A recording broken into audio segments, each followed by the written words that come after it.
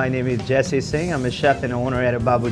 Today we're going to show you how to make a simple base for a lot of different curries. Today we're going to cook a simple way, the word called tadka. You need diced tomatoes, ginger, and I love using purple garlic because it tastes really good and very flavorful. Fresh ginger is always a good idea to look really nice and break it. That's what you're looking for. Another ingredient I love, fresh curry leaves. Very flavorful. Curry leaves has to be really nice and green, no marks, and smell it. It smells like a real curry. So get a little hot pan, heat up some oil, any oil will do. 1 spoon of garlic, fresh gingers, diced brown onion, diced tomatoes, mix it and cook it for 5 to 10 minutes. And when you put in the curry leaves, keep your face away because it's gonna splatter.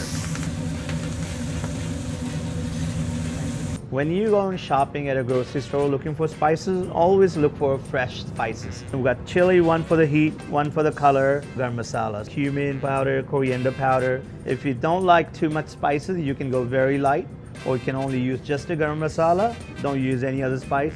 If you like really spices, use everything. Our onions are all perfectly cooked, so I'm going to start with garam masala, some Kashmiri chili, cumin powder, coriander powder, and turmeric.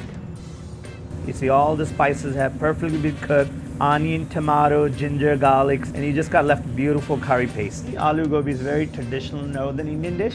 Potato and cauliflower. Just cook it for about 5 minutes in a high heat, and you got beautiful cauliflower and a potato dish. So I will normally finish my curry with the julienne ginger and carrots, aloo gobi. So now, same tadka, I just added more water, so I'm gonna make a bit stew, diced Thai chicken.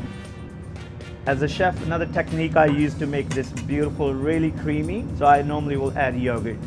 Before, as we know, we made aloo gobi, but we didn't add yogurt. This dish has yogurt, it changes the whole base of the curry. So about 10 to 15 minutes, or till your chicken is done.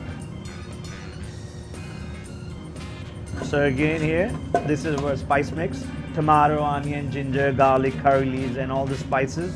Gonna add a little more water to make southern style Indian beef curry. So I got some beautiful diced beef. I always use the chuck or shoulder. Nice fresh coconut milk. And we're gonna cook it for about 20 minutes. Then you got really southern Indian style beef curry. Simple Indian dishes made by a simple curry paste I showed you. You can make into vegetable, chicken, beef, lamb, goat. For another episode of Savvy, please click here. Chocolate will never really set. It will never be crunchy or shiny. So for dipping or for molding,